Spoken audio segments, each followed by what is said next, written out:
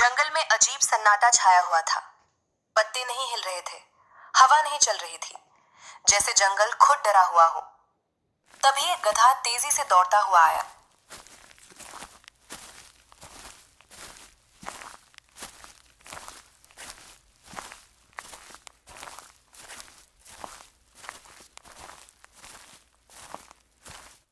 भागो भागो सब, वो आ रहा है।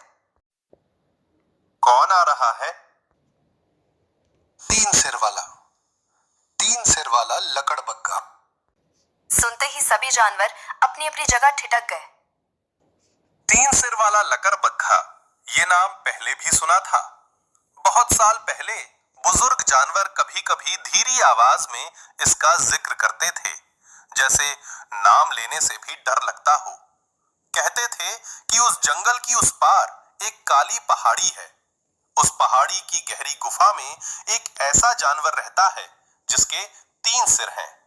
तीनों सिर अलग अलग सोचते हैं, अलग अलग बोलते हैं और तीनों मिलकर शिकार करते हैं। लेकिन वो सिर्फ कहानी थी या थी? लोमड़ी उस दिन नदी किनारे बैठी पानी पी रही थी। उसने गधे की बात सुनी, उसने सबकी घबराहट देखी, मगर उसने एक काम किया जो बाकी किसी ने नहीं किया। उसने सोचा, तीन सिर वाला जानवर असल में या कोई डर फैला रहा है। लोमड़ी को याद था, पिछली बार भी जंगल में कुछ ऐसा ही हुआ था। कोई अफवाह आई, सब डर गए और उस डर के पीछे किसी की चाल थी। इस बार भी कुछ ऐसा ही है, या शायद नहीं भी है, लेकिन जब तक पता नहीं चलता डरना नहीं है। उसी रात जंगल में एक भयानक आवाज गूंजी।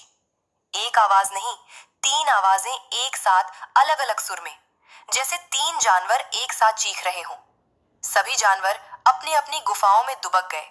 शेर सिंह भी महल के अंदर चले गए। महाराज, ये क्या हो रहा है? मुझे नहीं पता, मगर आज रात कोई बाहर नहीं जाएगा। जी महाराज। तीनों आवाजें धीरे धीरे दूर होती गई। जंगल फिर सन्नाटे में डूब गया।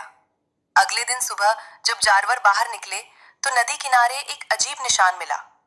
बड़ी बड़ी पंजों के निशान, गहरे, धसे हुए, और उनके बीच में तीन अलग अलग दिशाओं में खींचे हुए निशान, जैसे किसी ने तीन तरफ से जमीन को एक साथ खुरचा हो।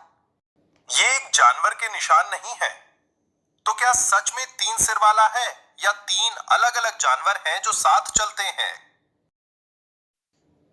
सब उसकी तरफ मुड़े। लोमड़ी, तुम अभी भी यही सोच रहे हो? इतने बड़े बड़े पंजे देख रहे हो, ये एक ही जानवर के हैं। हो सकता है, मगर मैं तब तक नहीं मानूंगी जब तक खुद नहीं देख लेती। शेर सिंह ने सभा बुलाई। जंगल में कोई बड़ा खतरा आया है, सभी सतर्क रहें। रात में कोई अकेला बाहर नहीं जाएगा। जो भी इस जानवर को देखे तुरंत मुझे सूचित करे। महाराज, हमें क्या करना चाहिए? अभी कुछ नहीं, बस सावधान रहो। सभा खत्म हुई। सभी अपने अपने घर चले गए, मगर लोमड़ी बैठी रही। वो पंजों के निशान के बारे में सोच रही थी।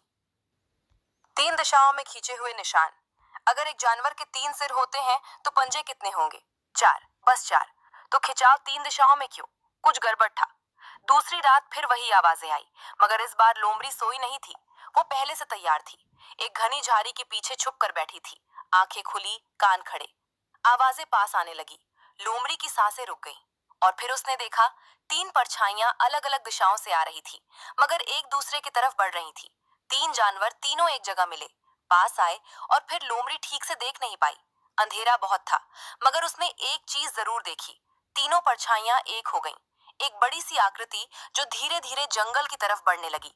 अगले दिन लोमड़ी सीधे शेर सिंह के पास गई। महाराज, मुझे कुछ बात करनी है। बोलो लोमड़ी, तुम्हें क्या बात करनी है? मैंने कल रात कुछ देखा। शेर सिंह सतर्क हो गए।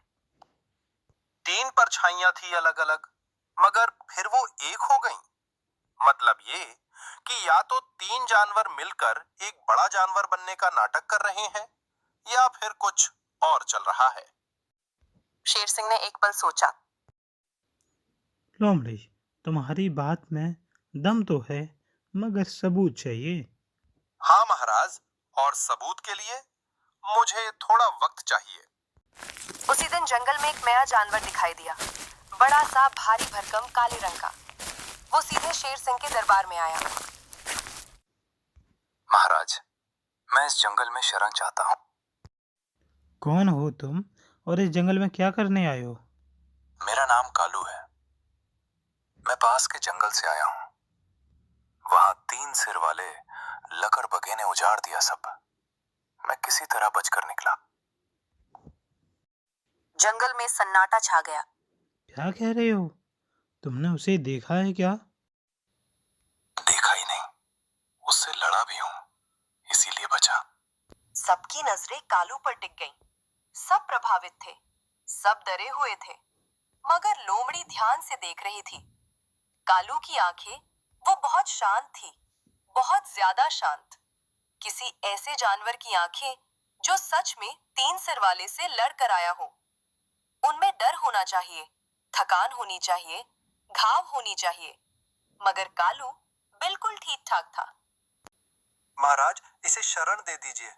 महाराज, ये बहुत बहादुर है, इसकी मदद लेनी चाहिए। ठीक है कालू, तुम यहाँ रह सकते हो। शुक्रिया महाराज। लोमड़ी ने कुछ नहीं कहा, बस देखती रही। कालू के आने के बाद जंगल में कुछ अजीब होने लगा। हर रात आवाजें आती, हर सुबह नए निशान मिलते, और धीरे धीरे जानवर गायब होने लगे। पहले एक खरगोश, फिर 2 हिरन, फिर एक बड़ा सूअर। सब रात में गए, कोई वापस नहीं आया। जंगल में दहशत फैल गई। 3 सिर वाला खा रहा है उन्हें। हमें यह जंगल छोड़ देना चाहिए। कहीं नहीं जाना है। मगर उनकी आवाज में भी पहले जैसा दम नहीं था।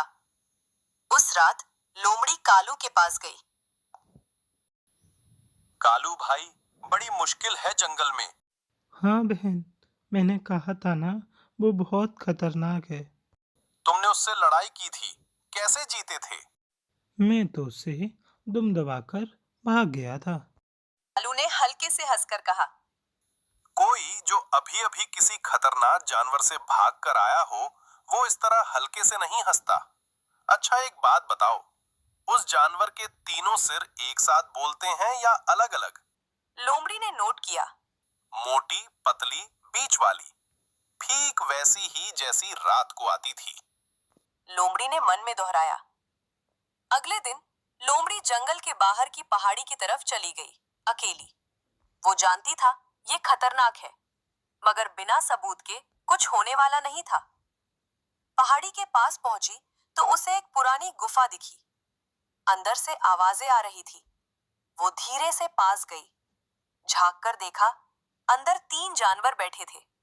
3 लकड़बग्घे, एक मोटा, एक पतला, एक बीच वाला, और उनके साथ कालू।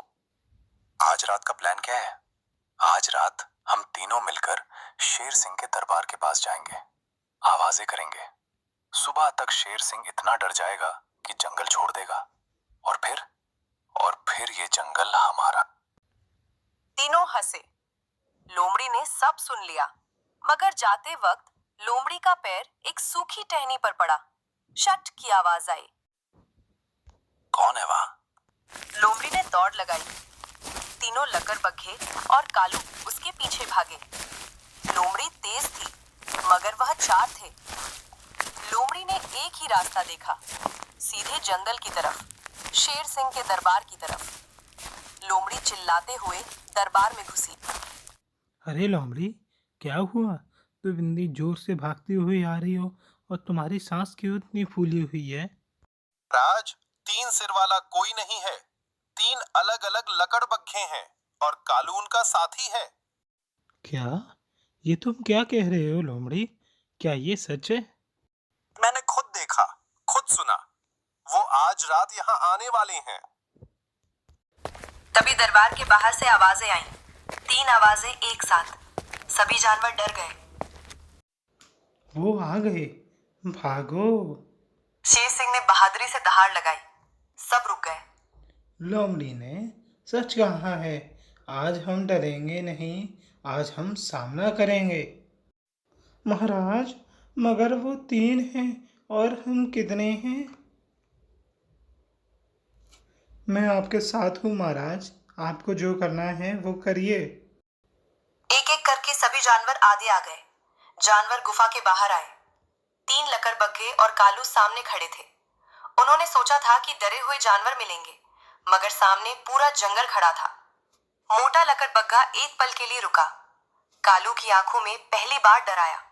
जानवर चारों तरफ से आगे बढ़े। तीनों लकड़बग्घे और कालू भागने लगे, मगर हाथी ने रास्ता रोक दिया। भालू ने पीछे से घेरा और हिरण ने बाईं तरफ से चारों पकड़े गए। दरबार में चारों को पेश किया गया। बोलो, ये सब क्यों किया? चुप रहो, मैं पूछ रहा हूँ कुछ तुमसे। हम इस जंगल को हड़पना चाहते थे। यहाँ की जमीन उपजाऊ है, यहाँ का पानी साफ है, हमारे जंगल में सूखा पड़ा है। तो तुम सीधे आकर हमसे मांग भी तो सकते थे ना। कौन देता हमें? पता नहीं देते या नहीं। मगर बिना मांगे चुराना तो गलत है। तुम बहुत होशियार हो लोमड़ी। नहीं, मैं बस इतना जानती हूँ कि डर हमेशा असली नहीं होता, और जो डर दिखाए उस पर नजर रखनी चाहिए। शेर सिंह ने फैसला सुनाया। इन तीनों लकड़बग्घों ने बहुत ही घिनौना अपराध किया है, इसलिए इनको 1 महीने के लिए जंगल से बाहर किया जाता है। जब वापस आना हो तो सीधे दरबार में आना, अपनी ज़रूरत बताना, हम मिलकर हल निकालेंगे। सज़ा नहीं, सज़ा यही है कि 1 महीने तुम अपने सूखे जंगल में रहोगे और सोचोगे कि चालाकी जो सज़ा नहीं मिला वो सच में से मिल सकता था। चारों जंगल से बाहर चले गए। जंगल में पहली बार हफ्तों बाद सुकून था। कहानी से सीख, हमें चाहे कितनी भी मुसीबत का सामना क्यों ना करना पड़े, लेकिन हमें कभी भी गलत रास्ते का इस्तेमाल नहीं करना चाहिए। धन्यवाद।